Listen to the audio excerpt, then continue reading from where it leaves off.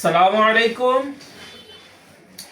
আমরা বলতেছিলাম ইপিলেপসি বা ব্রিগি নিয়ে, ব্রিগি রোগ, খিচুনি রোগ নিয়ে। তো এই খিচুনি নিয়ে আমাদের গত ভিডিওতে আমরা যে ব্যাপারটা বলছি, আমরা এটা নিয়ে আগে বা 4-5 মাস আগে একবার ভিডিও করছিলাম। তো ইদানিং কালে আমাদের কাছে কয়েকটা রোগীর কারণে আমরা আবার এটা নিয়ে একটু আলোচনা করার প্রয়োজনীয়তা অনুভব করছি। তো প্রয়োজনীয়তা অনুভব করার কারণে গত ভিডিওতে আমরা বলতেছিলাম ইপিলেপসি কি এবং কেন হয়। আজকে আমরা বলবো প্রতিরোধ, প্রতিকার এবং করণীয়, যতটুকু বলা যায়। তো এই বিষয় নিয়ে আলোচনা করবো। আমি doctor Naimul Kibria, BHMS Bangladesh homeopathic medical college, DHMS রোকেয়ার ইসলাম হোমিওপ্যাথিক মেডিকেল কলেজ, উচ্চতর প্রশিক্ষণপ্রাপ্ত গর্ভবতী মায়ের পরিচর্যা। তো এই ভিডিওতে আমরা প্রথমে বলবো প্রতিরোধ, কিভাবে এই মৃগী রোগ বা ইপিলেপসিকে আমরা প্রতিরোধ করতে পারি। প্রথম ব্যাপার হচ্ছে, মৃগী রোগ পুরোপুরি প্রতিরোধ করা সম্ভব না। এটা কিছু সতর্কতা অবলম্বন করলে ঝুঁকি কমানো যায়।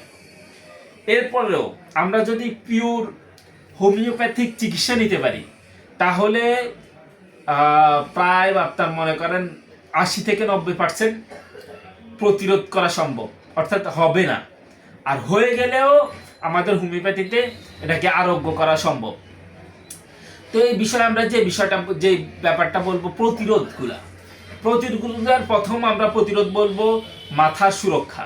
কারণ আমরা বলছিলাম মাথার আঘাতের কারণেও ইপিলেপসি হইতে পারে। এই জন্য আমরা প্রথম প্রতিরোধের কথা বলবো মাথার সুরক্ষা। অর্থাৎ আমরা মাথায় বাইক চালানোর সময় বা যে কোনো ব্যাপারে আমরা মাথাকে প্রোটেক্ট করার চেষ্টা করব যেন মাথায় আঘাত না লাগে। এরপরে আমরা দ্বিতীয় সুরক্ষার বিষয়ে আমরা যেটা করব, প্রতিরোধের ব্যাপারে যেটা বলবো, সেটা হচ্ছে গর্ভাবস্থার যত্ন।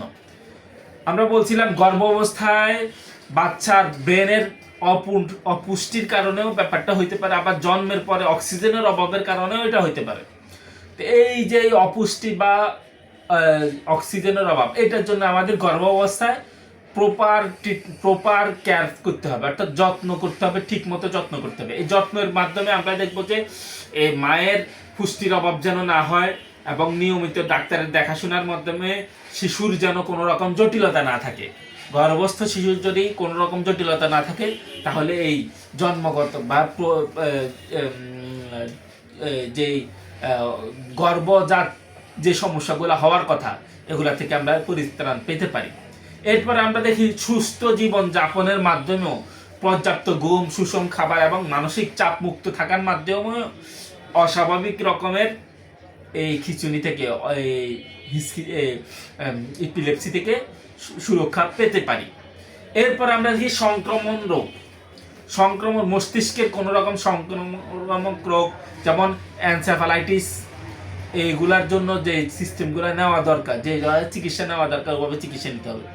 এছাড়াও আমরা বলি সেটা হচ্ছে আমাদের হোমিওপ্যাথি, যে আমরা টিকা, তারপর চর্মরোগকে চাপা দেওয়া, তারপর মনে করেন শোক দুঃখকে এটাকে এভাবেই করা যায়, এটার কোনো ট্রিটমেন্ট নাই, এভাবে মনে না করে আমরা একজন হোমিওপ্যাথি চিকিৎসকের পরামর্শ নিলে, এগুলা যদি আমরা প্রপার ট্রিটমেন্ট করি, এগুলার কারণে আমাদের পরবর্তী সমস্যা হবে না। যেমন আমরা বলতেছিলাম চর্মরোগ চাপা পড়লে ইপিলেপসি হইতে পারে, শোক দুঃখ নিয়ে চলতেও এই সমস্যা হইতে পারে, এরপরে টিকা নিলেও এই সমস্যা হইতে পারে। তো এগুলা থেকে আমরা প্রপার ট্রিটমেন্ট নিলে আর এই ব্যাপারগুলা হবে না ইনশাআল্লাহ। এরপর আমরা দেখব প্রতিকার, কিভাবে হয়ে গেলে আমরা এটাকে কিভাবে একটু ভালো থাকতে পারি। এই প্রতিকারের ব্যাপারে আমরা যেটা দেখি, সেটা হচ্ছে মৃগী রোগ হোমিও চিকিৎসায় সম্পূর্ণ নির্মূল হয়। কিন্তু এলোপ্যাথি চিকিৎসায় এটা বলে হয় যে 70-80% ক্ষেত্রে রোগী স্বাভাবিক জীবনে ফিরে আসতে পারে। মানে হচ্ছে কিছুটা উপশম হয়, পুরাপুরি ভালো হয় না, মানে ওষুধ চলতে থাকতে হয়। কিন্তু হোমিওপ্যাথিতে যদি আপনি ভালো ট্রিটমেন্ট নেন, তাহলে সময় নিবে, দীর্ঘ সময় নিবে, 2-3 বছর 4 বছরও লাগতে পারে, কিন্তু আপনি সুস্থ হবেন ইনশাল্লাহ। কিন্তু এলোপ্যাথিতে সুস্থ হওয়ার সম্ভাবনা নাই। তবে আপনি সুস্থ স্বাভাবিক, অর্থাৎ আপনি একটা নর্মাল লাইফের মতো জীবন যাপন করতে পারেন, স্বাভাবিক ওষুধ খেয়ে যেতে হবে ওইখানে, এরকম হচ্ছে ব্যাপার এলোপ্যাথিতে। এছাড়া এলোপ্যাথির মধ্যে আমরা যেটা দেখি, সেটা হচ্ছে এলোপ্যাথিতে এপিলেপটিক, নন এপিলেপটিক, অ্যান্টি এপিলেপটিক মেডিসিনগুলো দেওয়া হয়। আর হোমিওপ্যাথিতে লক্ষণ হিসেবে ওষুধ দেওয়া হয়। এই ওষুধের বাইরে অনেক সময় সার্জারি করা হয়, যেটা এলোপ্যাথিতে বেশি করা হয়। যারা দেখা যায় ওষুধের মাধ্যমে চিকিৎসা হচ্ছে না, তখন তারা সার্জারির মাধ্যমে এটাকে নির্মূল করার একটা প্রয়াস চালায়। কিন্তু আমরা দেখছি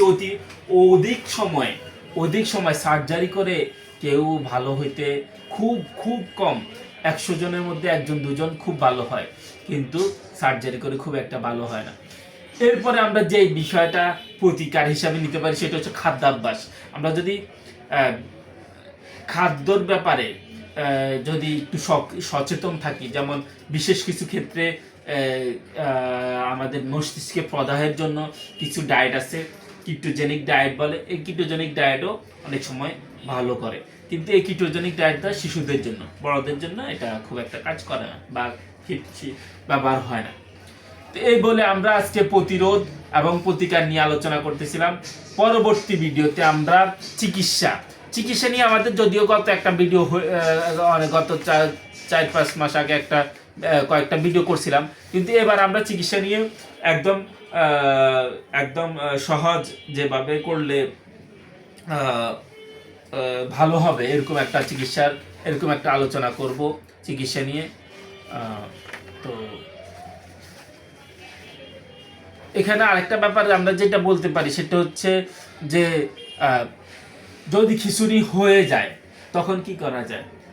আচ্ছা, খিঁচুনি হয়ে গেলে এখানে আমরা যে বিষয়টা বলি যে একপাশে কাত করে শুয়ে দেওয়া এবং রুগীর মাথার মধ্যে নরম কিছু দিয়ে দেওয়া এবং ঢিলে ঢালা পোশাক পরানো, এই ব্যাপারগুলো খেয়াল রাখতে হয়। এবং প্রগনোসিস, জীবনযাপন, ভাবিবল যেটা বলি যে এটা সাধারণত সারা জীবন একবার হইলে এটা সাধারণত ভালো হয় না এবং স্মৃতিশক্তি কমে যায়, এই ব্যাপারগুলো হয়।